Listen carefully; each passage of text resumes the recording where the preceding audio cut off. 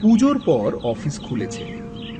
10-12 দিন কুড়েমি করার পর কাজে আর মন বসে না। সকালে উঠে জোর করে অফিসের জন্য তৈরি হতে হয়। এতদিনেও বেশ পোক্ত চাকরিজীবী হতে পারলাম না। আমার বিশ্বাস মানুষের জীবনটা প্রধানত অবকাশ যাপনের জন্য, তবে অবসর সময় একটা চাকরি করলে ক্ষতি নেই।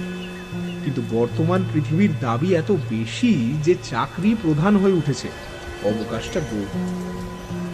অথচ মানব সভ্যতার শ্রেষ্ঠ অবদান যেমন সাহিত্য, শিল্প, ভাস্কর্য, সবই তো অবকাশের ফসল।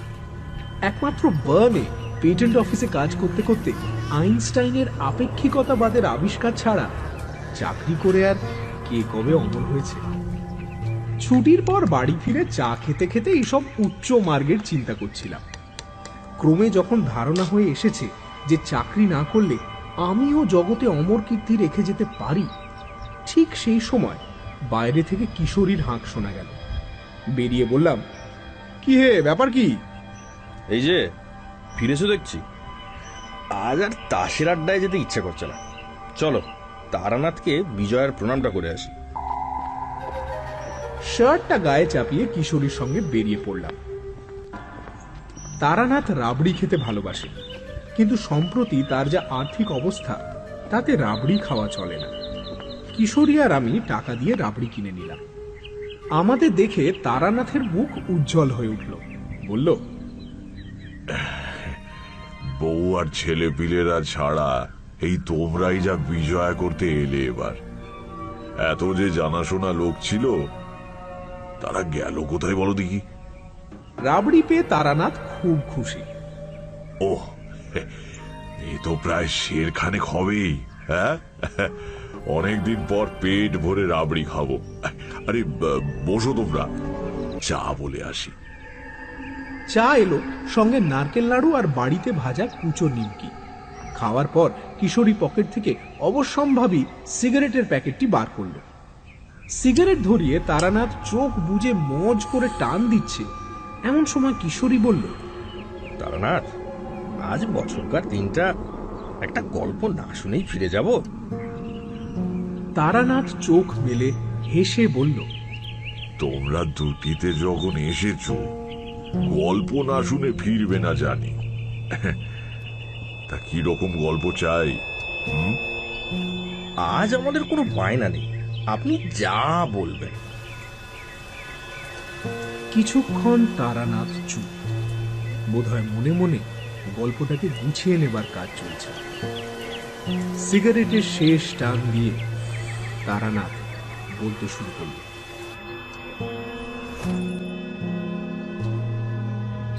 বীরভূমের একটা রেল স্টেশনের প্ল্যাটফর্মে বসে আছি। লুপ লাইনের অখ্যাত গেঁয়ো স্টেশন। সাহেবগঞ্জ লোকাল ধরে হাওড়া আসবো, তা সে ট্রেন শুনলাম 1.5 ঘন্টা লেট। কোথাও একটা খাবারের দোকানও নেই যে 1 কাপ চা খাবো। একটা বিড়ি ধরিয়ে পাইচারি করছি, দেখি প্ল্যাটফর্মের একেবারে শেষ প্রান্তে একটা ইটের পাঁজার ওপর একজন বিশাল চেহারা লোক চুপ করে বসে আছে। পোশাক খুবই সাধারণ, খাটো ধুতির ওপর একটা ফতুয়া গোছের জামা, আর পায়ে বহু পুরনো একজোড়া চটি। মাথায় অযত্ন লালিত ঝাঁকড়া চুল, কিন্তু লোকটার ওই সোজা বসবার ভঙ্গিতে আর চোখের দৃষ্টিতে এক আশ্চর্য ব্যক্তিত্বের ছাপ রয়েছে। বারবার তাকিয়ে তাকিয়ে দেখতে হয়।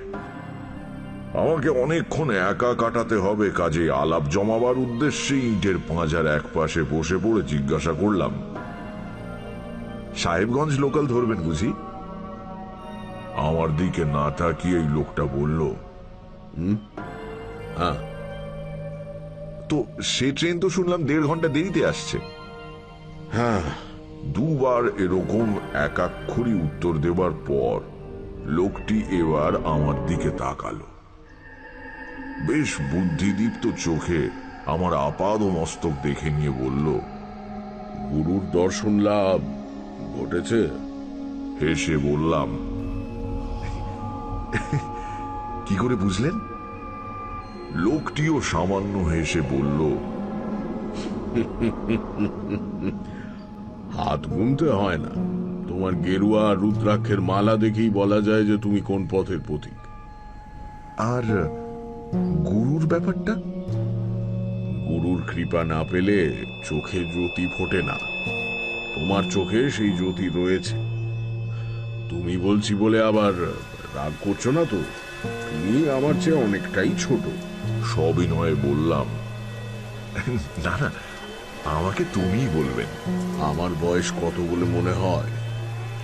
ভালো করে তাকিয়ে দেখে বললাম, বছর 50 হবে নাকি? আমার 72 চলছে, সামনে চৈত্রে 73 হবে। অবাক হয়ে বললাম, বলেন কি? যা, তা কি করে হতে পারে? আপনার তো একটা চুলও পাকেনি দেখছি। পাকবেও না, যেদিন যাবার হবে এইভাবেই চলে যাব। আমি উঠে তার পায়ের ধুলো নিয়ে বললাম, আপনি নিশ্চয়ই সিদ্ধ পুরুষ। অনেক ভাগ্যে আপনার দেখা পেলাম। আমাকে আশীর্বাদ করবেন। লোকটি সজ্জন। আমি পায়ে হাত দিতে সংকুচিত হয়ে বললেন, আরে আরে, পায়ে হাত দিচ্ছ কেন? আমি সিদ্ধ পুরুষ টুরুষ কিছু নই ভাই।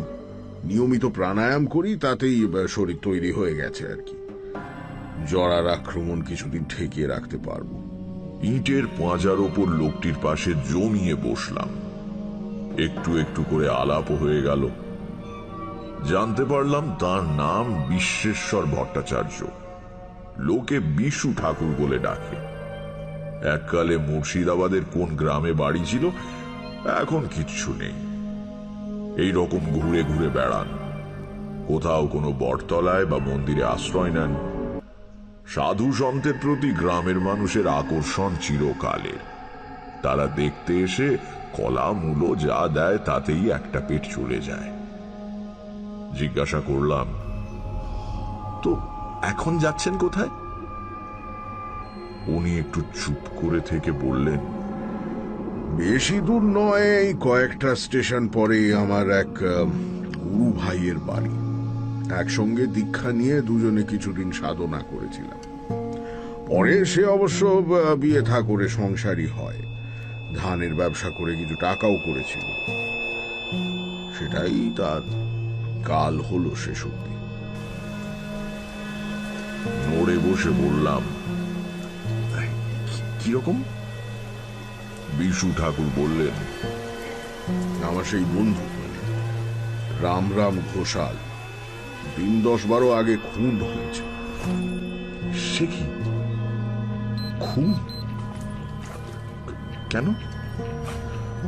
রামরামের কিছু টাকা পয়সা হয়েছিল, এই খবর অনেকেই জানত।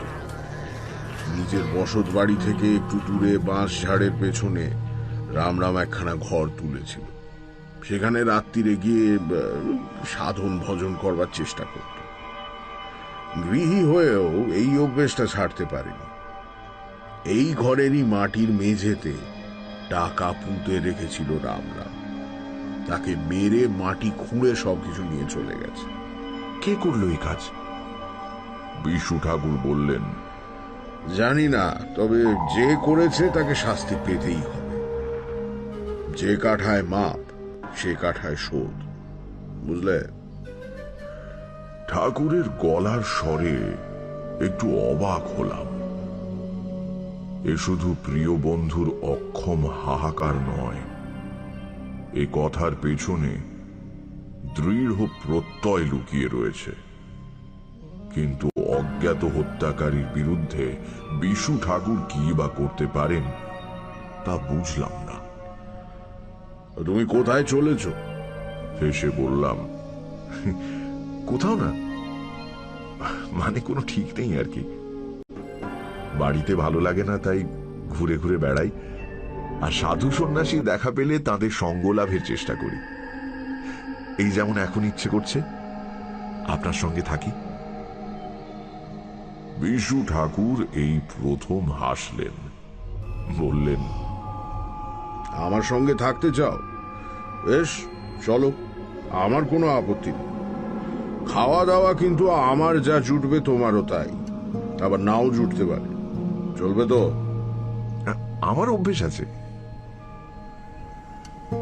আমার সংক্ষিপ্ত উত্তরে বিশু ঠাকুর একবার আমার মুখের দিকে তাকিয়ে দেখলেন, তারপর বললেন,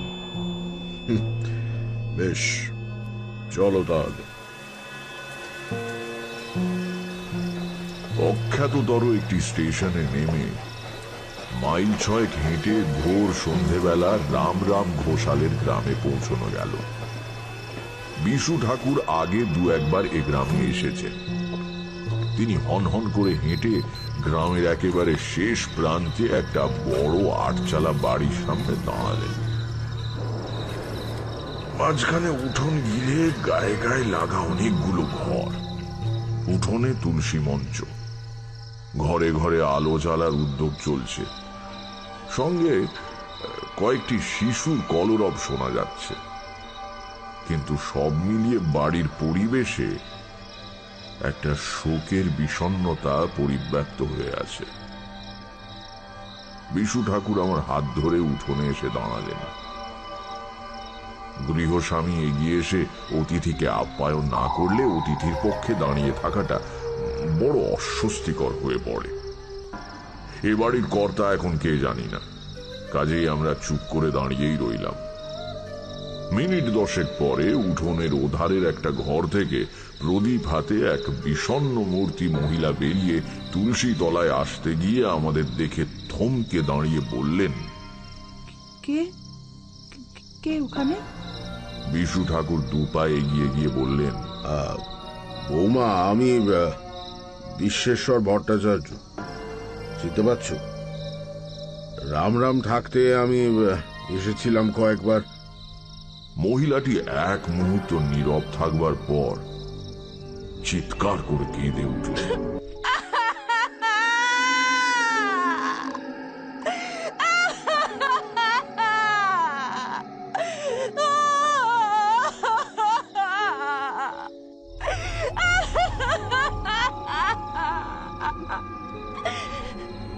তার কান্নার শব্দে চারদিকের ঘর থেকে এতক্ষণে অনেকে বেরিয়ে এলো। বেশ কিছুক্ষণ একটা মিশ্র কোলাহল চলবার পর আমরা দাওয়ায় বসবার আসন পেলাম। 1 ঘন্টা পরে বিশু ঠাকুর এসেছেন শুনে গ্রামের অনেকে জড়ো হয়েছে রামরাম ঘোষালের বাড়ি। তালপাতার চাটাইয়ে বিশু ঠাকুর বেশ সোজা হয়ে বসে আছেন। রামরামের ছোট ভাই শিবরাম চোখে জল নিয়ে হাত জোড় করে ধরা গলায় বলছে, ঠাকুরমশাই, কে কাজ করেছে জানি না, কিন্তু যেই করুক সে খুব ভুল করেছে। দাদা আমার শিবতুল্য মানুষ ছিলেন, ব্যবসা করতেন বটে, কিন্তু টাকা কড়ির ওপর কোনো লোভ ছিল না। কত লোকের পাওনা ছেড়ে দিয়েছেন, কত লোকের কন্যাদায় উদ্ধার করেছেন। এই অঞ্চলের সবাই জানতো বিপদে পড়ে রাম ঠাকুরের কাছে গেলে খালি হাতে ফিরতে হবে না। এত পয়সা উপার্জন করতেন, কিন্তু নিজে পড়তেন একটা খাটো ধুতি। সারাদিনের শেষে খেতেন এক মুঠো আতপ চাল সেদ্ধ। আমার বিশ্বাস হত্যাকারী চাইলে দাদা টাকা পয়সা সব বের করে দিতেন, খুন করবার দরকার হতো না। সবই ভাগ্য, সবই ভাগ্য।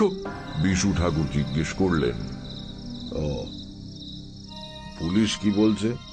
শিবরাম উত্তর দেবার আগেই ভিড়ের মধ্যে থেকে একজনকে বলে উঠল, পুলিশ বরাবর যা বলে, খুনের পরদিন সকালে খবর দেওয়া হয়েছে, পুলিশ এসেছে বিকেলে।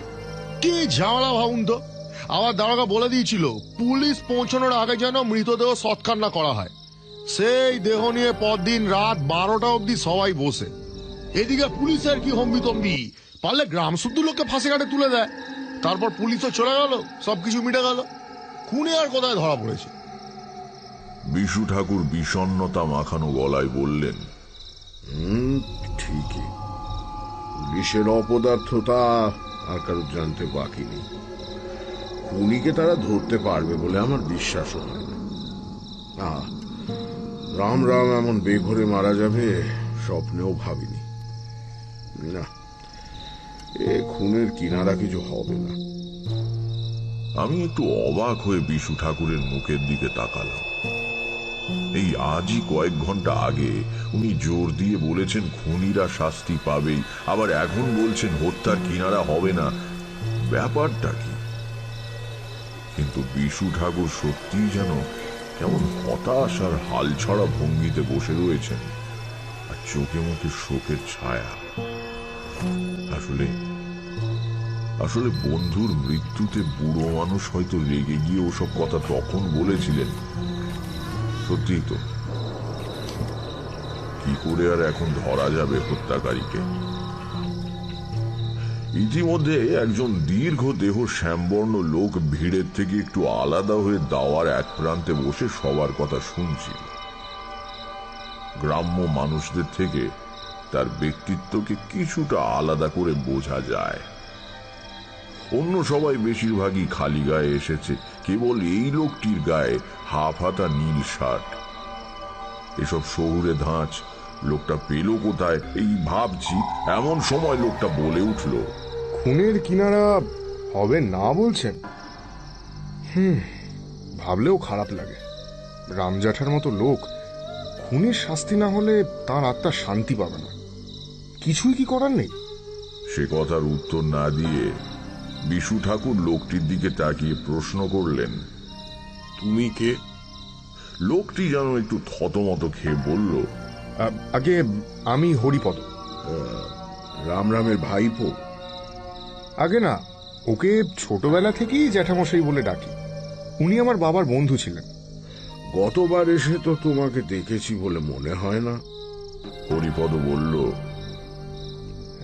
ঠিকই, আমি মাঝে প্রায় 15 বছর গ্রামে ছিলাম না, বাইরে চাকরি করতাম। সম্প্রতি গ্রামে ফিরে এসেছি। চাকরি ছাড়লে কেন? বিশু ঠাকুরের জেরায় লোকটি স্পষ্টত বেশ অস্বস্তি বোধ করছে। সে বলল, শরীরটা ভালো যাচ্ছে না, চাকরির ধকলটা পোষালো না। শরীর একটু ভালো বোধ করলে হয়তো আবার চলে যাব। বিশু ঠাকুর তাকে আর কোনো প্রশ্ন করলেন না। উপস্থিত ব্যক্তিদের মধ্যে একটু মাতব্বর মতো শ্রীদাম ঘোষ, তিনি বলে উঠলেন, ঠাকুর, যখন এসেছেন এদের বাড়িতে একটু সস্তায়ন করে দিয়ে যান। আসলে অপঘাতটা হলো তো, বাড়িটা একটু ঠান্ডা হবে কোন। সে হবে, কর্তব্য করবো বলেই তো এসেছি। আবার ঠাকুরের দিকে তাকিয়ে দেখলাম, ভারী অদ্ভুত মানুষ তো। সেই সেই দৃঢ় প্রত্যয়ের সুর ফিরে এসেছে গলায়। কর্তব্য, কি কর্তব্যের কথা উনি বলছেন? কিন্তু আমাকে বেশি ভাবতে না দিয়ে বিশু ঠাকুর হঠাৎ দাঁড়িয়ে উঠে বললেন, চলো দেখি তোমরা, রাম রামের সেই চালাঘরটা কোন দিকে, একটু দেখে আসি জায়গাটা। গ্রামে যেমন হয় পুরো ভিড়টা আমাদের সঙ্গে চলল। বাড়ির পেছনের ঘন বন জঙ্গলের মধ্যে দিয়ে একটা ছোট্ট সুঁড়ি পথ চলে গিয়েছে। সেটা ধরে বেশ কিছুটা যাওয়ার পর মৃত বলরাম ঘোষালের সাধন পীঠে এসে উপস্থিত হলাম। সামান্য খানিকটা জায়গা পরিষ্কার করে মজবুত চালাঘর তোলা হয়েছে। মাটির সিঁড়ি বেয়ে উঠে প্রথমে সরু দাওয়া, তারপর ঘর। দরজা খোলা, হা হা করছে। এখানে কয়েকদিন আগেও একজন রীতিমতো জীবন্ত মানুষ বসে ঈশ্বরের আরাধনা করত। এখনো তার রক্তের দাগ মাটির মেঝেতে লেগে রয়েছে। এইসব ভাবতে গিয়ে মনটা উদাস হয়ে গেল। হাসি মুখে যে লোকটা দুপুরে ভাত খেয়েছে, ভোরে সূর্য প্রণাম করেছে, ভবিষ্যতের স্বপ্ন দেখেছে, সে জানতো না পরের দিন সকালে এই পৃথিবীটা তার কাছে অনেক দূরে হয়ে যাবে। এইটুকু তো মানুষের জীবন, নিতান্ত অনিশ্চিত। এরই মধ্যে কত ঈর্ষা, কত বিদ্বেষ, পার্থিব ভোগ্যবস্তু অধিকার করে রাখার প্রাণপণ প্রচেষ্টা, কি সার্থকতা এর! বিশ্বেশ্বর ভট্টাচার্য আর আমি দাওয়া পেরিয়ে ঘরের মধ্যে ঢুকলাম। শ্রীদামের হাতে লণ্ঠন ছিল, সেও আমাদের সঙ্গে ঢুকলো ঘরে, তার পেছন পেছন শিবরাম। বাকিরা ভিড় করে দাঁড়ালো দরজার কাছে। গ্রামে এমনিতে জীবন নিস্তরঙ্গ, কাজেই সামান্য কিছু ঘটলেও খবর রটে বিদ্যুতের গতিতে। ঘোষাল বাড়িতে দুজন সাধু এসেছে, এবার তা রটে যেতেই অর্ধেক গ্রাম রামের চালা ঘরের সামনে এসে জমল। ঘরের এক কোণে কাঠের ছোট জলচৌকির ওপর লাল বনাত দিয়ে ঢাকা ঠাকুরের আসন, সেখানে সিঁদুর মাখানো একটি পাথরের কালী মূর্তি রয়েছে। দেয়ালে দশমহাবিদ্যার ছাপা ছবি বাঁধানো, বাজারে যেমন কিনতে পাওয়া যায়। এছাড়া সমস্ত ঘরে আর কিছুই নেই, আসবাবপত্র না। ঘরের মেঝেতে এখানে সেখানে মাটি খুঁড়ে ডাঁই করা রয়েছে। হত্যাকারী বেশ মাথা ঠান্ডা লোক বলতে হবে। একজনকে খুন করে তার মৃতদেহের পাশে বসে মাটি খুঁড়ে লুকোনো টাকা বের করতে হলে স্নায়ুর ওপর রীতিমতো কর্তৃত্ব থাকা প্রয়োজন। একবারে যে খুঁজে পায়নি তা বোঝাই যাচ্ছে, কারণ মেঝের বিভিন্ন অংশ খোঁড়া হয়েছে। ঠাকুরের আসনের সামনে মাটির মেঝেতে কালো ছোপ লেগে রক্ত শুকিয়ে কালো দেখাচ্ছে। অর্থাৎ গভীর রাত্রিরে রাম ঘোষাল যখন দরজার দিকে পেছন ফিরে সাধনায় রত ছিলেন, তখন আততায়ী পেছন থেকে তাকে আঘাত করে। মাটিতে লেগে থাকা রক্তের দাগের দিকে তাকিয়ে বিশু ঠাকুরের চোখ জলে ভরে এলো। ধরা গলায় তিনি বললেন, রাম, তুই আমাদের চেয়ে অনেক বড় ছিল। আমি তো সংসার ছেড়ে বিভাগী হয়ে বেড়াই, তুই হয়েও সাধনা ছাড়িস। অনেক অনেক মহৎ ছিলি তুই। তারপর কেমন একটা দৃষ্টিতে ঘরের অন্ধকার একটা কোণের দিকে তাকিয়ে ফিস ফিস করে বললেন, আমি এসে গিয়েছি, কাজ সেরেই ফিরব। তুই ভাবিস না। এমন দৃঢ়তার সঙ্গে বিশু ঠাকুর কথাগুলো বললেন যেন ঘরের ওই শূন্য অন্ধকার কোণে তিনি এক অশরীরী উপস্থিতিকে প্রত্যক্ষ করছেন। আমার সমস্ত শরীরে কাঁটা দিল। শ্রীরাম আর শিবরামও দেখি কেমন ভাবে তার দিকে তাকাচ্ছে, পাগল ভাবছে কিনা কে জানে। বিশু ঠাকুর বললেন, চলো তারানাথ, বাইরে যাই। ঘর থেকে বেরিয়ে আমরা দাওয়ায় বসলাম। গ্রামবাসীরা চারদিকে ঘিরে রইল। আমি শ্রীরামকে বললাম, ঘোষাল মশাইয়ের সাহস ছিল বলতে হবে। এমন নির্জন জায়গায় জঙ্গলের মধ্যে রাত্রিরে একা থাকতেন, সাধারণ লোক হলে পারত না। আগে হ্যাঁ, তবে সাধক মানুষ তো কিচ্ছু পরোয়া করতেন না। শিবরাম বলল, দাদার সঙ্গে কেতু থাকতো, দাদার আদরের কুকুরটা। কিন্তু দাদার মৃত্যুর পর থেকে ওকেও কোথাও দেখতে পাচ্ছি না। কোথায় যে গেল কুকুরটা? হঠাৎ দেখলাম বিশু ঠাকুর সোজা হয়ে বসেছেন, চোখে বুদ্ধি মেশানো খরদৃষ্টি।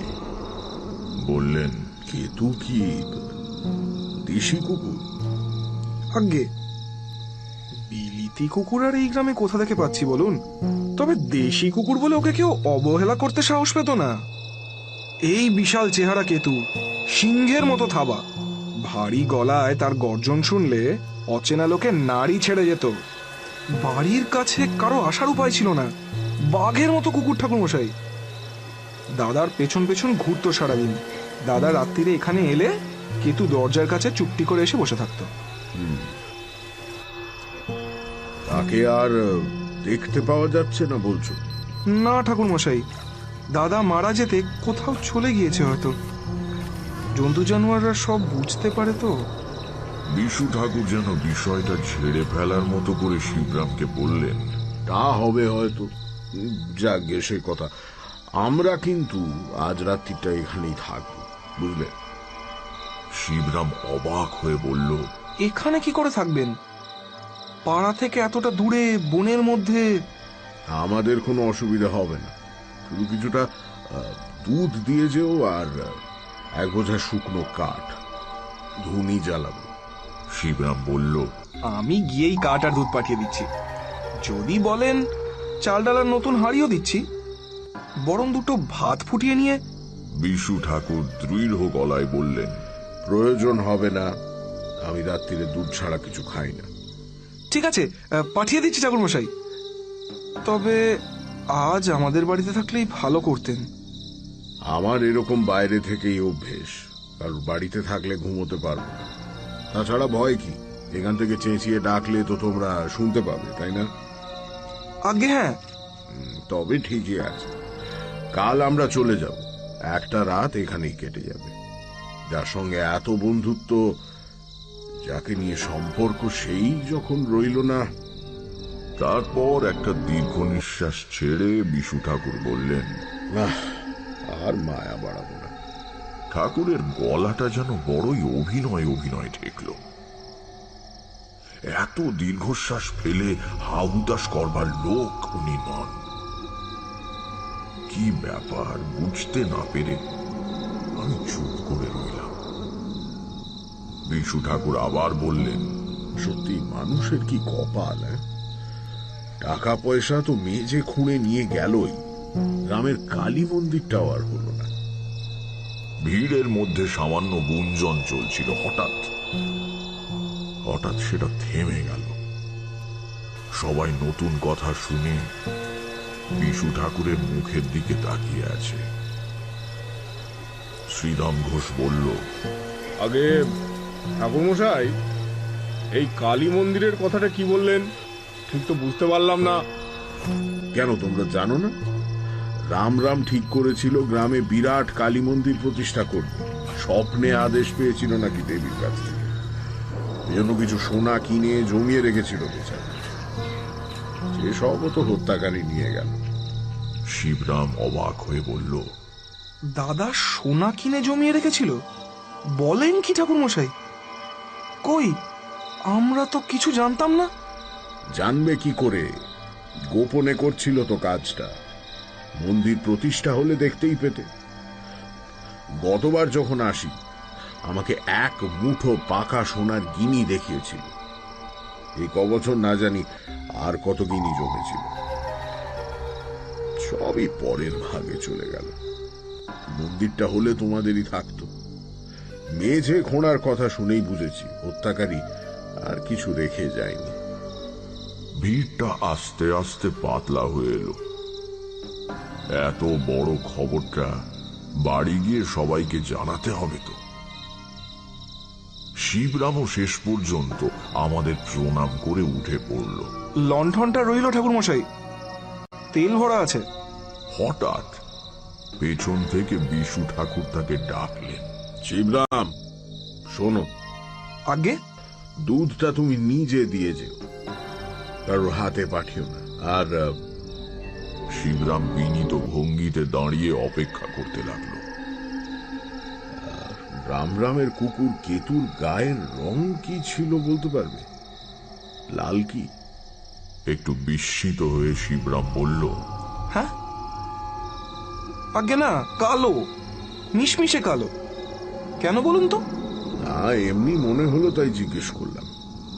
আচ্ছা, তুমি যাও এখন। শিবরাম চলে যেতেই চারদিকে নৈশ স্তব্ধতা যেন প্রকট হয়ে উঠল। ঝিঁঝি ডাকছে জঙ্গলে, বাঁশ বনে অদ্ভুত শব্দ করে বাঁশ দুলছে। মাথার উপরে কেবল একটুখানি খোলা আকাশ দেখা যায়।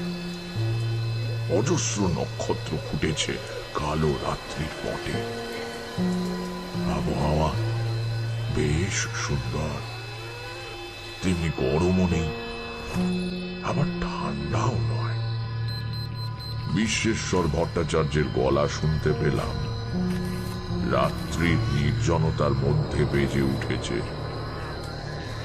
আস্তে আস্তে স্পষ্ট উচ্চারণে বলছেন, অহন্যহনি ভূতানি গচ্ছন্তি হজমালয়ম শেষাঃ স্থাবরমিচ্ছন্তি কিমাশ্চর্যমতঃ পরম। বললাম, মহাভারত? বকরূপী ধর্মের সঙ্গে যুধিষ্ঠিরের সংলাপ। প্রত্যেক দিনই পৃথিবীতে শত শত মানুষ মরছে, কেউ পার্থিব সম্পদ বুঁচকা মেরে সঙ্গে নিয়ে তো যেতে পারছে না। তবুও যারা বেঁচে আছে তারা ভাবছে তারা বুঝি চিরকালই বেঁচে থাকবে। কিন্তু সবাই এই সার কথা বুঝে সন্ন্যাসী হয়ে গেলে জগৎ সংসার কি করে চলবে ঠাকুরমশাই? সবাই সন্ন্যাসী হবে কেন? গৃহী কি সৎ হতে পারে না, অনাসক্ত হতে পারে না? কিসের সম্পত্তি আর ঐশ্বর্য আর ক্ষমতা নিয়ে অহংকার? জানো তো, মা কুরু ধনজন যৌবন গর্বং নিমেষে হরতি কালং সর্বং। যদি সম্পদ সংগ্রহ করতে হয় তাহলে অপরের জন্য করো, মহাকাল সব এক নিমেষে হরণ করতে পারে। বললাম, যেমন ঘোষাল মশাই গ্রামের লোকদের ভালো হবে বলে মন্দির প্রতিষ্ঠার জন্য সোনা জমিয়েছিলেন। বিশু ঠাকুর এক মুহূর্ত আমার দিকে রহস্যময় চোখে তাকিয়ে রইলেন। তার ঠোঁটের কোণে সূক্ষ্ম হাসির রেখা। তারপর চোখ সরিয়ে নিয়ে হালকা গলায় বললেন, রামরাম কোনোদিনই মন্দির প্রতিষ্ঠার জন্য দেবীর আদেশ পায়নি, তার কোনো সোনাও জমানো ছিল না। বিস্মিত হয়ে বললাম, তার মানে আপনি যে সবাইকে বললেন নিজের চোখে এক মুঠো গিনি দেখে গিয়েছেন? মিথ্যে কথা বলেছি। সে কি? কেন? সোনা আমার কল্পনা ছাড়া কোথাও ছিল না, কাজে হত্যাকারী নিশ্চয়ই তা পায়নি। যা নেই তা আর পাবে কি করে? কিন্তু আমার এই কথাটা এখনই গ্রামের মধ্যে প্রচার হয়ে যাবে। যে খুন করেছে সে রামরামের পরিচিত লোক। তাহলে প্রথমত সে রামরামের লুকোনো টাকার কথা জানতে পারত না। দ্বিতীয়ত, তাকে দেখেই খুনের রাতে কুকুরটা চেঁচাতো এবং আক্রমণ করত। সম্ভবত একটু আগে এখানে যে ভিড় জমেছিল তার মধ্যেই সে দাঁড়িয়েছিল। এখন সেই সোনার কথা শুনে সে মনে করবে এটা এখন ওই ঘরের মেঝেতেই কোথাও মাটির তলায় পোঁতা রয়েছে। সোনার লোক বড় লোক, আমার বিশ্বাস এই ভুল শুধরে নিতে সে আবার এখানে আসবে। শুনে বিশেষ ভরসা হলো না। বাঁশবনের ধারে এই চালা ঘরে আমরা দুটি প্রাণী। রাত্রিরে যদি রামরামের হত্যাকারী আবার আসে তাহলে আমি অন্তত খুব একটা আনন্দ পাব না। বললাম, কবে আসবে? বিশু ঠাকুর হেসে বললেন, ভয় নেই, আজ আসবে না। সে বোকা নয়, সে জানে তার হাতে অঢেল সময় রয়েছে। আমরা কাল চলে গেলে সে যে কোনো দিন এসে ধীরে সুস্থে কাজ শেষ করে যাবার কথা ভাববে। একজন অসতর্ক মানুষকে খুন করা সোজা, কিন্তু ধুনি জ্বালিয়ে জেগে থাকা দুজন মানুষকে আক্রমণ করা সহজ নয়। খামোকা করবেই বা কেন, যখন পরে নিরুপদ্রবে কাজটা সারা যেতে পারে। একটু ভেবে বললাম, কিন্তু আমরা তো কাল চলে যাচ্ছি, তাহলে এই ফাঁদ পেতে লাভ কি? খুনি এলেই বা তাকে ধরবে কে? আর ধরলেই বা কি প্রমাণ হবে? রাত্রিরে এই চালাঘরের কাছে ঘুরঘুর করছিল, কাজেই সে রামরাম ঘোষালকে মেরেছে, এমন যুক্তি কি আদালত শুনবে? বিশু ঠাকুর যথার্থ বিস্ময়ের সঙ্গে বললেন, আদালত? এর মধ্যে আদালত আসছে কোথা থেকে? তাহলে? পরে বলবো। তুমি তো আমার সঙ্গে আছো, দেখতেই তো পাবে। চুপ করে বসে আছি, একদম চুপ। ওদিকে সময় গড়িয়ে যাচ্ছে।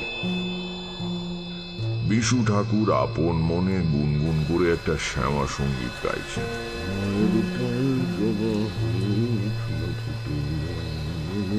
ইতিমধ্যে শিবরাম দুধ নিয়ে এলো। ভয় করছে না তো ঠাকুর মশাই? না, মায়ের নাম গান করছি, ভয় কি? দরকার হলে চেঁচিয়ে ডাকবেন কিন্তু, কেমন? নিশ্চয়ই, তুমি চিন্তা করো না। শিবরাম চলে গেলে ঠাকুর মশাই আমার দিকে তাকিয়ে বললেন, শিবরামকে নিজে এসে দুধ দিয়ে যেতে বলেছিলাম কেন জানো? কেন? আমরা আশায় এ গ্রামের একজন নিশ্চয়ই স্বস্তি বোধ করছে না। সে কে তা তো আমরা জানি না, তাই সাবধানে থাকাই ভালো। সামনে আক্রমণ না করলেও খাবারে বিষ মিশিয়ে দিতে বাধা কোথায়? দুধটা শিবরামের নিজের গরু, নিশ্চিন্তে খেতে পারো। খাবো? খাও। শিবরাম তার দাদাকে খুন করেনি। কি করে বুঝলেন? আমি বুঝতে পারি। নিজের পোঁটলা থেকে একটা পেতলের ঘটি বের করে তাতে অর্ধেক দুধ ঢেলে নিয়ে মাটির ভাঁড়টা আমার দিকে বাড়িয়ে দিয়ে বললেন, খাও। ঘটিতে একটা চুমুক দিয়ে বিশু ঠাকুর বললেন, যে অন্যায় করে মনে তার সব সময়ই ভয় থাকে, এই বুঝি ধরা পড়লাম। সবার দিকেই সে সন্দেহের চোখে তাকায়, এই সাবধানতাটুকু নিতেই হলো। শুধু দুধ খেতে কষ্ট হচ্ছে না? লজ্জা পেয়ে বললাম, না না, আমারই ভুল। তুমি ছোকরা লোক, তোমার খিদে পেতেই পারে। কি খেতে ভালোবাসো তুমি? হেসে বললাম, আমার এখন কিছু না হলেও চলবে। হ্যাঁ, তবে একটু আগে মনে পড়ছিল ছোটবেলায় গ্রামের বিরিঞ্চি ময়রার দোকানের মাখা সন্দেশের কথা। মা দুধ আর মাখা সন্দেশ খেতে দিতেন মাঝে মাঝে। কোথায় গেল সেই ছোটবেলা? মাখা সন্দেশ মানে কাঁচা গোল্লা? ভালো মজা তো। আজই বিকেলে তোমার সঙ্গে দেখা হওয়ার একটু আগে খানিকটা মাখা সন্দেশ কিনেছিলাম রাত্রিরে, আর কিছু না জুটলে খাবো বলে। আর তুমিও কিনা পৃথিবীতে এত জিনিস থাকতে মাখা সন্দেশই খেতে চাইলে। দাঁড়াও। বিশু ঠাকুর পোঁটলার মধ্যে হাত ঢুকিয়ে একটা শাল পাতা ঠোঙা বের করে আমার হাতে দিলেন। ঠোঙার ভেতরে অনেকখানি কাঁচা গোল্লা। ঠাকুরের দিকে তাকিয়ে বললাম, এটা আপনি বিকেলে কিনেছেন? মানে আমার সঙ্গে দেখা হওয়ার আগে? হ্যাঁ, কেন? এই সন্দেশ তো এখনো গরম রয়েছে। একটু থতমত খেয়ে বিশু ঠাকুর বললেন, মোচকার ভেতর ছিল তো, তাই গরম রয়ে গিয়েছে আর কি। আপত্তি জানিয়ে বললাম, না না, তাই কখনো হতে পারে নাকি? হতে পারে নিশ্চয়ই, নইলে হলো কি করে? নাও নাও, আর কথা না বাড়িয়ে খেয়ে ফেলো দেখি, তারপর তুমি ঘুমো, আমি জেগে থাকবো। শুয়ে শুয়ে অনেক রাত্রির অবধি দেখলাম বাঁশবনের মাথা দুলছে তারা ভরা আকাশের পটভূমিকায়। ঘুম আসার আগে একবার জিজ্ঞাসা করলাম, আচ্ছা, কেতুর কি হলো বলুন দেখি? গম্ভীর গলায় বিশু ঠাকুর উত্তর দিলেন, কেতুকে হত্যাকারী মেরে ফেলেছে, সম্ভবত বিষ মেশানো খাবার দিয়ে। চেনা লোক বলে কেতু চেঁচামেচি করেনি, হাত থেকে খাবারও নিয়েছে। কিন্তু রামরামকে আঘাত করতে দেখলেই সে আক্রমণ করত, কাজেই তাকে আগে সরানো একান্ত দরকার ছিল। দেহটা কোথায় গেল তাহলে? খুব সম্ভবত শেয়াল নিয়ে গেছে। এসব অঞ্চলে সাবধানে দরজা দিয়ে না শুলে অনেক সময় ছোটখাটো শিশুকেও বিছানা থেকে শেয়াল টেনে নিয়ে যায়। আবার শুয়ে আকাশের দিকে তাকিয়ে আছি। ঘুম আসে না, ঘুম আসে না। হঠাৎ আরেকটা প্রশ্ন মাথায় আসতে জিজ্ঞাসা করলাম, আচ্ছা, আপনি কেতুর গায়ের রঙের কথা জিজ্ঞেস করলেন কেন? এটা আমি কিন্তু বুঝতে পারিনি। চটে গিয়ে বিশু ঠাকুর বললেন, বেশ করেছি জিজ্ঞেস করেছি। কেবল প্রশ্ন করে, ঘুমও না কেন বাপু? কোন ব্যাপারটাই বা এ অবধি তুমি বুঝতে পেরেছো? ঠাকুরকে আর না ঘাঁটিয়ে বিনা বাক্য ব্যয় পাশ ফিরে শুয়ে কিছুক্ষণ বাদে ঘুমিয়ে পড়লাম। সারা রাত স্বপ্ন দেখলাম কেতু ল্যাজ নাড়তে নাড়তে বিশু ঠাকুরের হাত থেকে মাখা সন্দেশ খাচ্ছে। পরের দিন সকালে আমরা শিবরামের কাছে বিদায় নিয়ে চলে এলাম। সে আমাদের কয়েকটা দিন তার বাড়িতে আতিথ্য গ্রহণের জন্য খুব অনুরোধ করেছিল, কিন্তু বিশু ঠাকুর রাজি হলেন না। তার নাকি কাজে আজই শিউরি রওনা হতে হবে, থাকার কোনো উপায় নেই, পরে বরঞ্চ কখনো, ইত্যাদি ইত্যাদি। শিবরাম, শ্রীরাম ঘোষ ইত্যাদি অনেকেই গ্রামের সীমানা পর্যন্ত আমাদের এগিয়ে দিয়ে গেল। স্টেশনের কাছে একটা নির্জন জায়গায় এসে বিশু ঠাকুর দাঁড়িয়ে পড়লেন। তারপর আমার দিকে তাকিয়ে বললেন, তারানাথ, এখন আমি যা বলছি খুব মনোযোগ দিয়ে শোনো। আমরা শিউরি যাচ্ছি না, আমরা যেখানেই থাকবো আজকের দিনটা। তারপর রাত্রিরে আবার গ্রামে ফিরে যাব। অবাক হয়ে বললাম, তার মানে? মানে এই যে আমরা চলে গিয়েছি মনে করে রামরামের খুনি আজ রাত্রিরেই আমাদের পেতে আসা ফাঁদে পা দেবে। অত সোনা মাটির তলায় পড়ে আছে জেনে সে শান্তিতে ঘুমোতে পারবে না। মানুষের চরিত্র যতদূর বুঝেছি তাতে আমার দৃঢ় বিশ্বাস আর দেরি না করে আজ রাতেই সে আসবে। তাকে ধরতে গেলে ওই চালা ঘরের পাশে জঙ্গলে আমাদের লুকিয়ে বসে থাকতে হবে। কিন্তু এই কাজ কি আমাদের দুজনের দ্বারা সম্ভব? খুনির হাতে তো অস্ত্র থাকতে পারে। তাছাড়া আগে যা বলেছিলাম, কাউকে ধরলেও সেই যে খুন করেছে তা প্রমাণ করা যাবে না। ধরবার সময় দু একজন সাক্ষীও তো থাকা ভালো। সব ব্যবস্থা হয়েছে। আমরা রওনা হওয়ার আগে বাড়ির মেয়েরা প্রণাম করতে চায় বলে শিবরাম আমাকে অন্দরমহলে নিয়ে গেল না, তখনই শিবরামকে আমি সমস্ত কথা খুলে বলেছি। শিবরাম, তার দুই জোয়ান ছেলে আর বাড়ির কয়েকজন কৃষক আজ রাত্রিরে না ঘুমিয়ে তৈরি হয়ে বসে থাকবে। আমাদের ডাক শুনলেই তারা দৌড়ে চালা ঘরে এসে হাজির হবে। আপাতত দিনের বেলাটা আমরা স্টেশনেই কোথাও ঘাপটি মেরে কাটিয়ে দিই। এসো। এরকম একটা খুনোখুনির ব্যাপারে আমার জড়িয়ে পড়তে ইচ্ছে করছিল না মোটেও। আবার ঘটনার শেষটা দেখার জন্য নিদারুণ কৌতূহলও ছিল। ফলে থেকেই গেলাম। ভালো সিদ্ধান্তই নিয়েছিলাম, কারণ এর ফলে জীবনের এক অন্যতম আশ্চর্য অভিজ্ঞতা আমার সেদিন লাভ হয়েছিল। প্ল্যাটফর্মের শেষ প্রান্তে কয়েক বস্তা পাটের পেছনে বসে আমাদের দিনটা কেটে গেল। সন্ধে নামতে বিশু ঠাকুর উঠে গিয়ে স্টেশনের বাইরের মুদিখানা থেকে কিছু চিড়ে আর গুড় কিনে এনে আমাকে দিলেন। নাও, তোমার আর রামরামের বাড়ি হয়ে যাবার কোনো দরকার নেই, গ্রামের লোকে দেখে ফেলবে। একেবারে সোজা ওই চালা ঘরের পূব দিকে আশশেওড়ার ঝোপের পেছনে বসে থাক। ভয় নেই, আমি সময় মতো পৌঁছে যাব। সে কি, আপনি আমার সঙ্গে যাবেন না? না, দুজনে একসঙ্গে গেলেই লোকের নজরে পড়বার সম্ভাবনা। তুমি সোজা পথে গ্রামে ঢুকো না, গ্রাম ছাড়িয়ে চলে গিয়ে পেছনের আম বাগান দিয়ে চালা ঘরের কাছে যেও। তারপর আমার মুখের দিকে তাকিয়ে বললেন, তুমি ভয় পাচ্ছ নাকি? শোনো, বিশ্বেশ্বর ভট্টাচার্য যাকে বলেছে ভয় নেই, তার সত্যি কোনো ভয় নেই। যাও। লোকটার জাদুকরী ব্যক্তিত্ব আছে। এত সবের পরেও আমি একলা যেতে রাজি হয়ে গেলাম। অন্ধকারে অচেনা পথে 6 মাইল হাঁটতে সময় লাগে।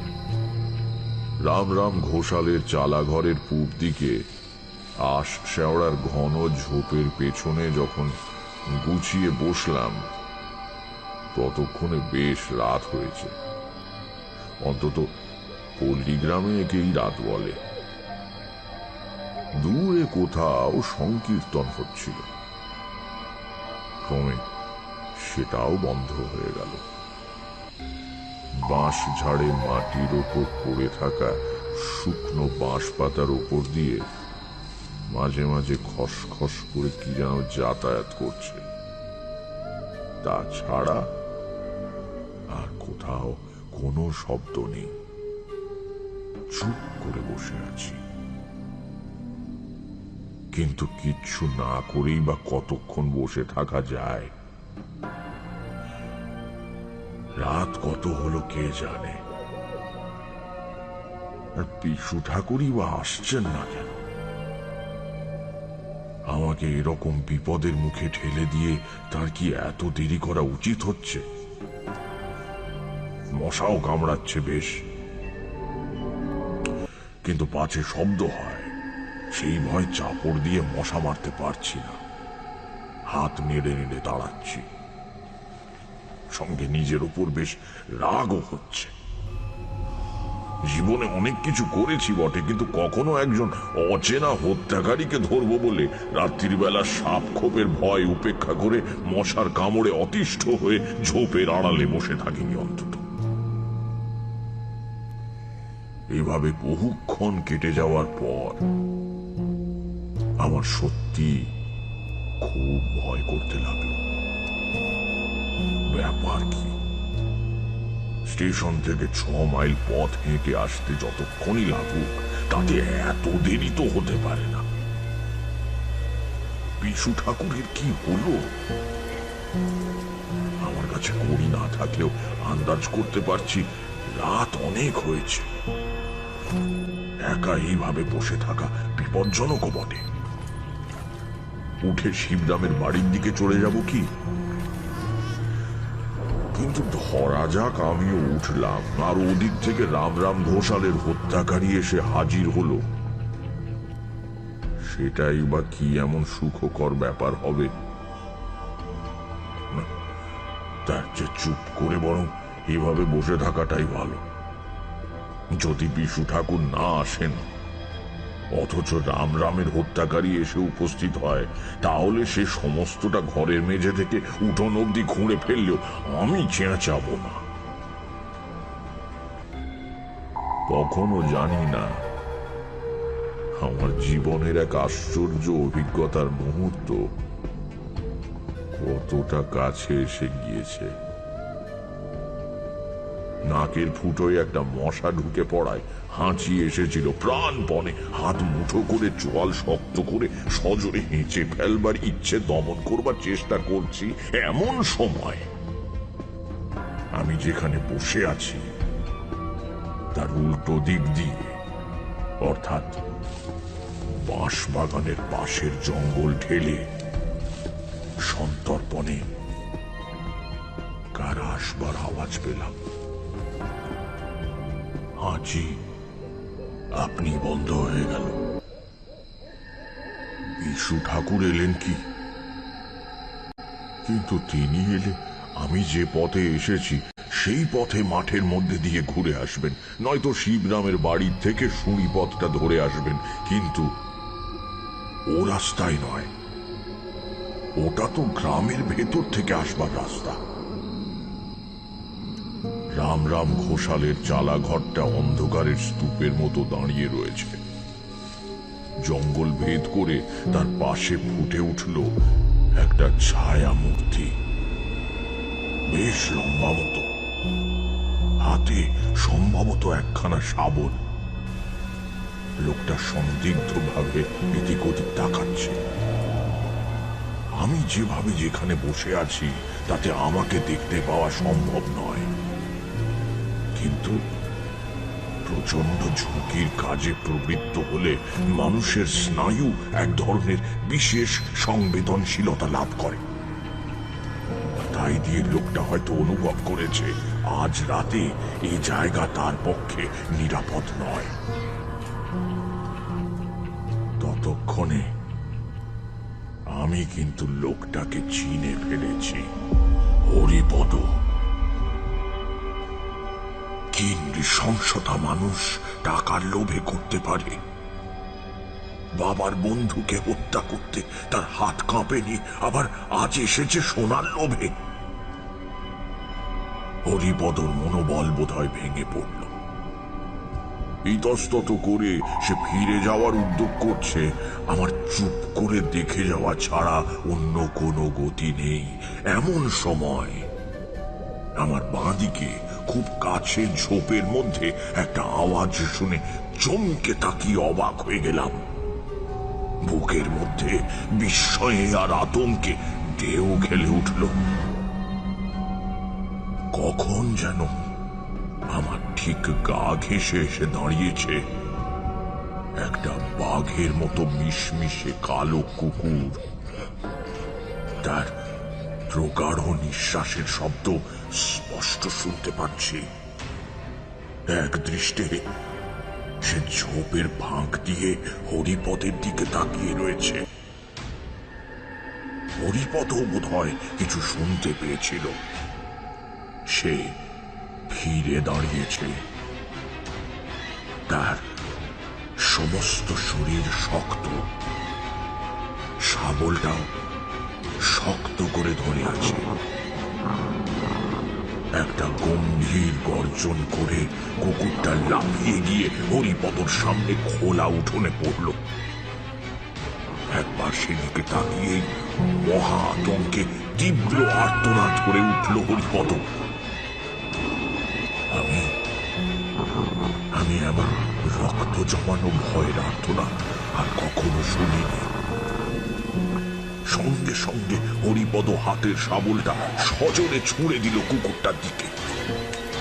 ভারী লোহার শাবল ডান পায়ের থাবায় এসে লাগতে কুকুরটা আর একবার তীব্র গর্জন করে হরিপদের উপর লাফিয়ে পড়ল।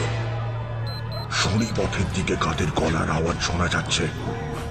বেশ অনেকগুলো মানুষের কণ্ঠ। এতক্ষণে কি এলেন বিশু ঠাকুর? আমি ততক্ষণে উত্তেজনায় আড়াল ছেড়ে বেরিয়ে এসেছি।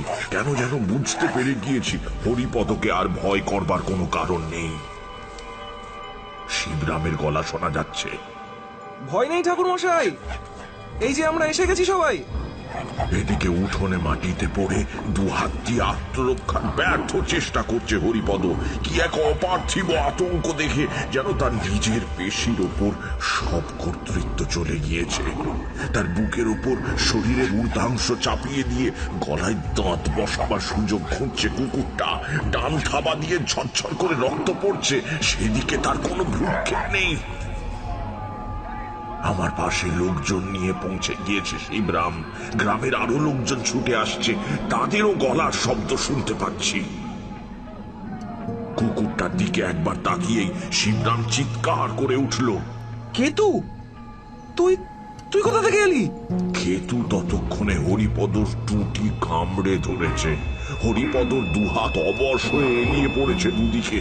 কেবল পা দুটো পর্যায়ক্রমে মৃত্যু বিক্ষেপে সামনে পিছনে নড়ে অদৃশ্য কি একটা বস্তু যেন ঠেলে দূর করে দেবার চেষ্টা করছে। শ্রীরাম ঘোষ সহ গ্রামের আরো অনেকে এসে পড়ে বিস্ফারিত চোখে উঠোনের ভয়াবহ দৃশ্যের দিকে তাকিয়ে আছে। শিবরাম বলল, কিন্তু লোকটা কে? হরিপদ না? বললাম,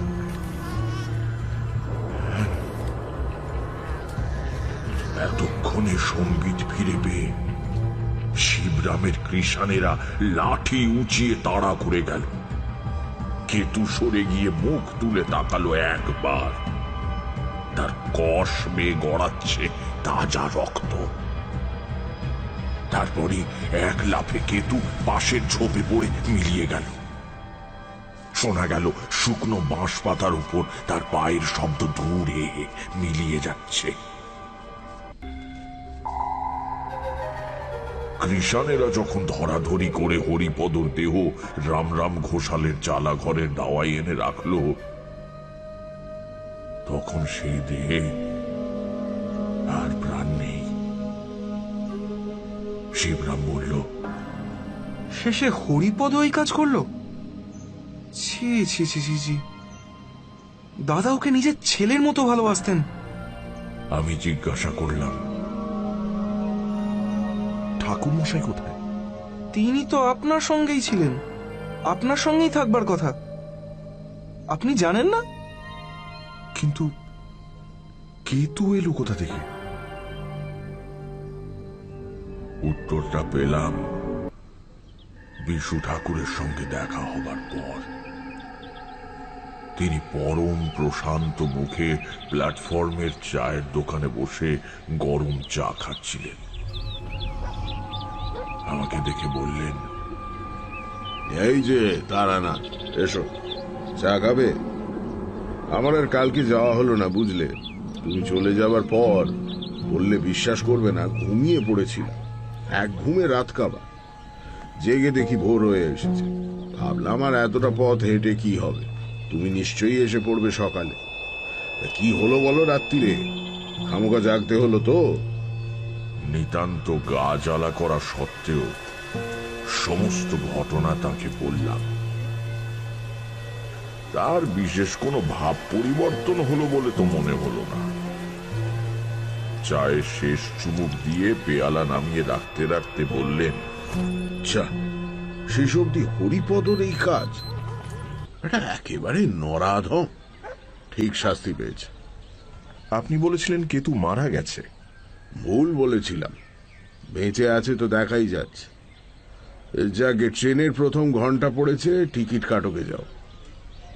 একটু চুপ করে থেকে বললাম, আমি আপনার সঙ্গে আর যাব না। কোথায় যাবে তবে? কলকাতার দিকে যাব, কাজ আছে। বিশু ঠাকুর হেসে বললেন, বেশ, তাই যেও। আমাকে ট্রেনে তুলে দাও অন্তত। তোমার গাড়ির তো দেরি আছে। গাড়িতে তুলতে গিয়ে খেয়াল করলাম বিশু ঠাকুর খোঁড়াচ্ছেন। ডান পায়ের পাতায় ন্যাকড়ার পট্টি বাঁধা। আমার বুকের ভেতরটা হিম হয়ে এলো। বললাম, এ কি, আপনার পায়ে কি হয়েছে? কাল বিকেলেও তো দেখিনি। বিশু ঠাকুর বললেন, ও কিছু না, প্ল্যাটফর্মের বেড়া পার হতে গিয়ে কাঁটা তারে লেগে কেটে গিয়েছে। আমি এক দৃষ্টে বিশু ঠাকুরের ডান পায়ের পট্টির দিকে তাকিয়ে আছি। হরিপদর সেই আর্তনাদ, শাবল ছুঁড়ে মারা, কেতুর ডান পায়ের রক্তের ধারা। তবে কি ট্রেন ছেড়ে দিল। জানলা দিয়ে মুখ বাড়িয়ে বিশু ঠাকুর হাসি হাসি মুখে আমার দিকে তাকিয়ে আছেন। সেই শেষ। আর কখনো তাকে দেখিনি, তাকে দেখিনি, তাকে দেখিনি, তাকে দেখিনি, তাকে দেখিনি, তাকে দেখিনি, তাকে